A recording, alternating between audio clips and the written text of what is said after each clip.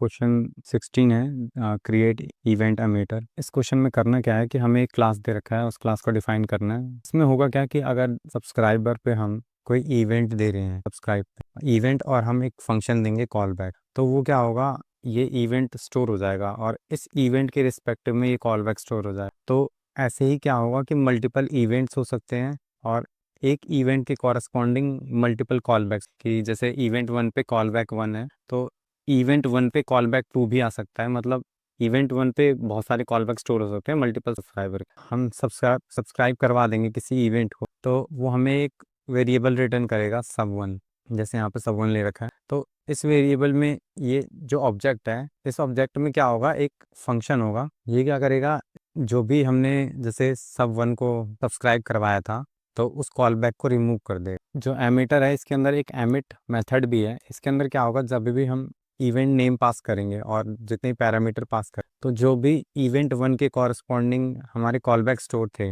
उन सब पे कॉल चली जाएगी और ये पैरामीटर पास हो। मैं एक बार और समझाने की कोशिश, तो इस क्वेश्चन में कहा यह है कि जो एक इवेंट होगा, इवेंट के कॉरस्पॉन्डिंग मल्टीपल कॉल बैक हो, call back 1, call back 2, call back 3, और सेम कॉल बैक भी हो सकते हैं। कॉल बैक 1 दोबारा हो सकता है जैसे यहाँ पे दे रखा। तो हमें क्या करना है, इवेंट और क्या हो सकता है, मल्टीपल इवेंट हो सकते हैं, जैसे कि इवेंट ये 1 हो गया और इवेंट 2 के कॉरस्पॉन्डिंग भी मल्टीपल कॉल बैक। तो हम क्या करेंगे, इसको हम स्टोर करा लेंगे एक एरे में, कॉल बैक को, और जो इवेंट होगा उसको हम मैप में स्टोर करा लेंगे। तो फिर ये कैसा होगा कि हम क्या करेंगे, एक मैप के अंदर इवेंट 1, जो इवेंट होगा वो की हो जाएगा और उसके कॉरस्पॉन्डिंग में हम क्या करेंगे, एक एरे स्टोर करा लेंगे। तो ऐसे ही क्या होगा, हमारे पास मल्टीपल हो सकता है, तो इवेंट 2 और इसका एक अपना अपना एरे होगा, इवेंट 3 इसके अपने होंगे। जैसे ही अगर अगर ये इसके अंदर, अब क्या होगा, जैसे कि हम हमारा कोई नया सब्सक्राइबर आया और वो इसके अंदर है नहीं, मतलब वो जो इवेंट है वो न्यू इवेंट है, तो हम क्या करेंगे, न्यू इवेंट के कॉरस्पॉन्डिंग उसको स्टोर करा देंगे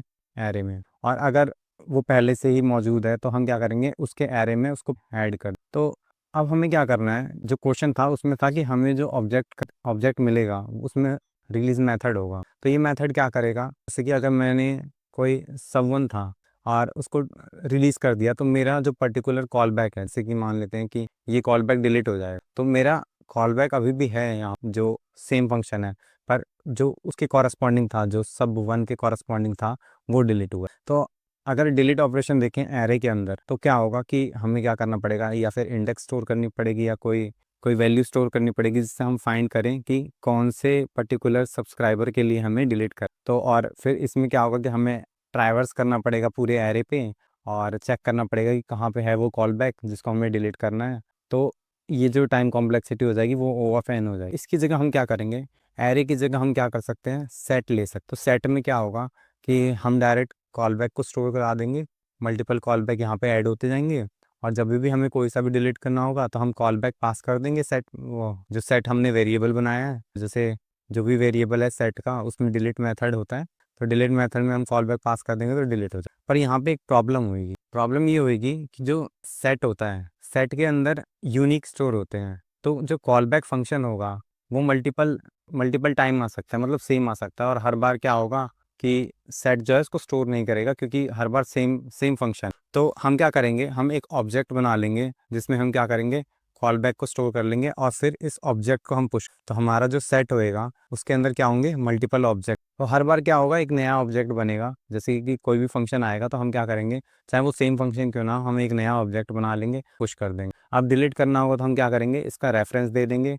सेट में और डिलीट मेथड को कॉल कर देंगे, तो ये डिलीट हो जाएगा। तो इसकी टाइम कॉम्प्लेक्सिटी O ऑफ 1 हो जाएगी डिलीट करने की और ऐड करने की भी। तो डिलीट और ऐड दोनों ही O ऑफ 1 में हो जाएगा। तो आई होप समझ में आया होगा। क्वेश्चन को कोड करके देख लेते हैं। तो हम क्या करेंगे, यहाँ पे एक कंस्ट्रक्टर डिफाइन करेंगे, this dot hash map variable के नाम से डिफाइन करते हैं एक नया मैप, जिसके अंदर हमारा इवेंट और सेट स्टोर होंगे, सेट ऑफ कॉल बैक्स। तो अब इसके अंदर हम क्या करेंगे, हम पहले ही चेक कर लेंगे कि जो this dot hash map dot has event name, अगर ये इवेंट नेम नहीं है तो हम क्या करेंगे, हैश मैप के अंदर एक नया सेट क्रिएट कर देंगे, this dot hash map dot set event name के कॉरस्पॉन्डिंग एक नया सेट क्रिएट कर देंगे। अब क्या करेंगे, हम उस जो वो जो एरे है, ये जो सेट एरे है उसको एक्सेस कर लेंगे, const set array is equal to this dot hash map dot get event name. अब क्या कर रहे थे हमने जो डिस्कस किया था कि हम क्या करेंगे, कॉल बैक को डायरेक्टली स्टोर ना कराकर हम उसको एक ऑब्जेक्ट बना लेंगे, ताकि अगर अगर हम कॉल बैक को डायरेक्टली स्टोर कराएंगे तो क्या होगा कि